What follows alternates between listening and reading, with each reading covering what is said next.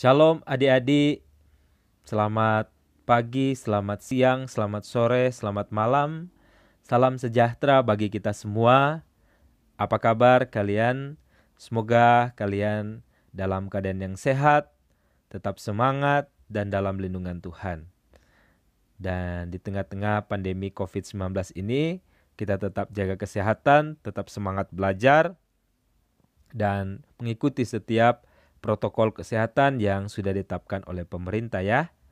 Nah, saat ini kita akan belajar mata pelajaran pendidikan agama Kristen dan budi pekerti kelas 2 SD. Kita ada di pelajaran yang keempat, saling menolong dalam keluarga, dan ini merupakan bagian yang pertama. Kita dengarkan bersama-sama tujuan pembelajaran, yaitu peserta didik dapat menceritakan kisah Alkitab tentang saling menolong dalam keluarga dengan tepat. Nah, sebelum kita masuk ke pembahasan kita, mari kita bernyanyi Jangan Lelah.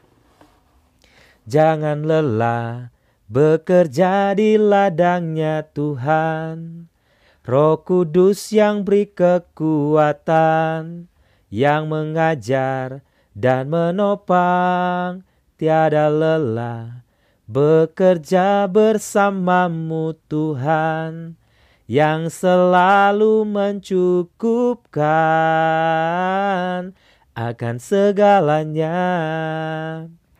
Ratakan tanah bergelombang, timbunlah tanah yang berlubang, menjadi siap dibangun di atas dasar iman. Ratakan tanah bergelombang, timbunlah tanah yang berlubang, menjadi siap dibangun di atas dasar iman. Adik-adik, mari kita berdoa untuk memulai kegiatan pembelajaran kita. Bapa kami yang di surga, kami bersyukur untuk kebaikan-Mu dalam hidup kami. Saat ini kami akan belajar, Tuhan tolong, Tuhan berikan hikmat bagi kami, supaya kami mengerti dan memahami setiap pelajaran yang akan dipelajari saat ini. Terima kasih Tuhan, dalam nama Tuhan Yesus kami berdoa, amin. Adik-adik, mari kita jawab pertanyaan ini. Pernahkah kamu menolong ayahmu, ibumu, adikmu atau kakakmu di rumah? Ya, kalau pernah, anjungkan jempol. Ya, seperti ini. Ya, pernah. Kemudian, bagaimana perasaanmu ketika menolong mereka? Apakah senang, sedih, biasa saja? Ya, sudah pasti kita ketika menolong ayah, ibu, kakak atau adik, pastinya merasa senang. Mari kita warnai. Ya, senang ya. Selanjutnya, mengapa kamu mau menolong ayah, ibu, kakak atau adik? Ya, benar pastinya karena di dalam keluarga harus saling mengasihi. Karena menolong itu adalah suatu perintah dari Tuhan.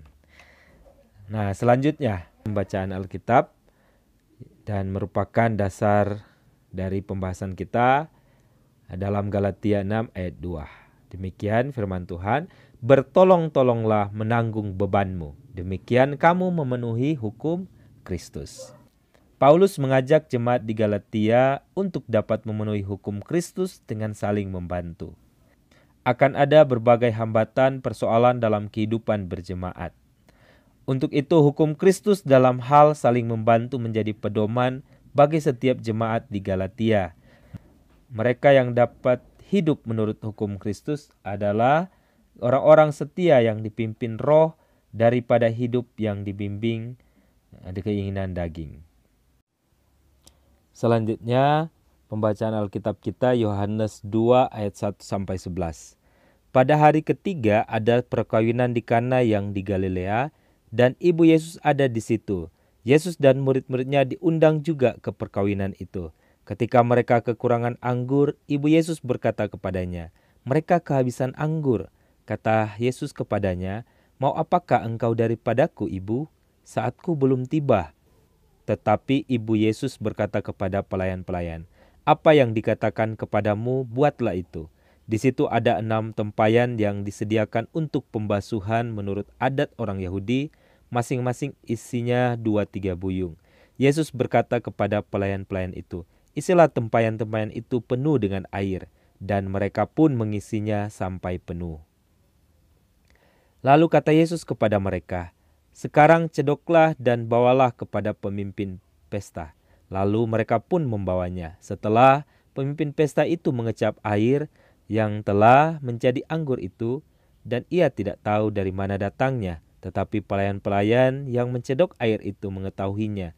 Ia memanggil mempelai laki-laki dan berkata kepadanya, "Setiap orang yang menghidangkan anggur yang baik dahulu, dan sesudah orang puas minum, barulah yang kurang baik.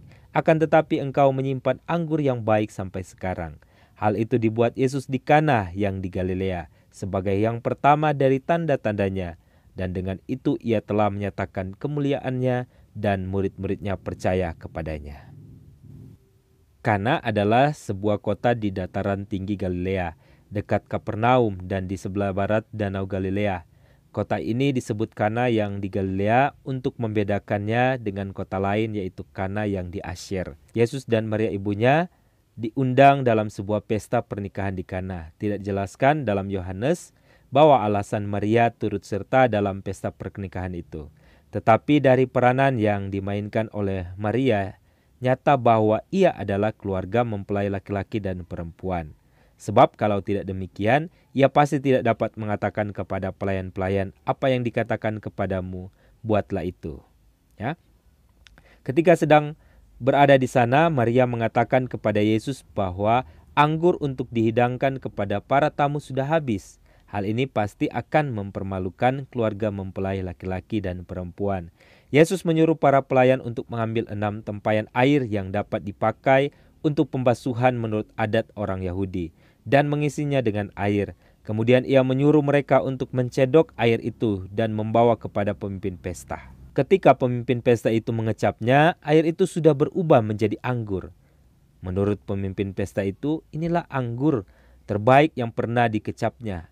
Air itu diubah menjadi anggur dengan mutu yang tinggi dan jumlah yang besar. Itulah mujizat pertama yang dilakukan Yesus di Kana. Mujizat yang Yesus lakukan itu telah menolong keluarga yang pesta. Mereka menjadi tidak malu karena kehabisan air anggur. Adik-adik, di sini ada 2 tugas. Mari kita menjawab pertanyaan-pertanyaan berikut ini. Yang pertama, salah satu cara kita memenuhi hukum Kristus adalah. Yang kedua, dalam cerita tadi Yesus diundang ke perkawinan di kota. Yang ketiga, apa mujizat yang Tuhan buat di pesta perkawinan tersebut? Tugas yang kedua, hafalkanlah ayat firman Tuhan yang terdapat pada Galatia 6 ayat 2. Yaitu, bertolong-tolonglah menanggung bebanmu. Demikianlah kamu memenuhi hukum Kristus. Silakan ya dibuat tugasnya. Dan kita akan akhiri dengan bernyanyi dan berdoa. Kita bernyanyi, jangan lelah. Jangan lelah bekerja di ladangnya Tuhan. Roh Kudus yang beri kekuatan, yang mengajar dan menopang. Tiada lelah bekerja bersamamu Tuhan, yang selalu mencukupkan akan segalanya. Ratakan tanah bergelombang, timbunlah tanah yang berlubang, menjadi siap dibangun di atas dasar iman. Ratakan tanah bergelombang, timbunlah tanah yang berlubang, menjadi siap dibangun di atas dasar iman. Mari kita berdoa menutup kegiatan pembelajaran. Tuhan Yesus, kami berterima kasih karena telah memberikan ayah, ibu, kakak, dan adik.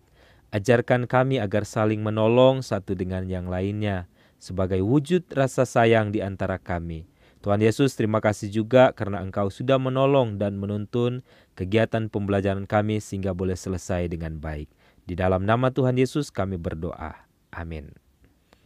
Nah adik-adik, demikian untuk pembahasan kita kali ini. Terima kasih, Tuhan memberkati. Shalom.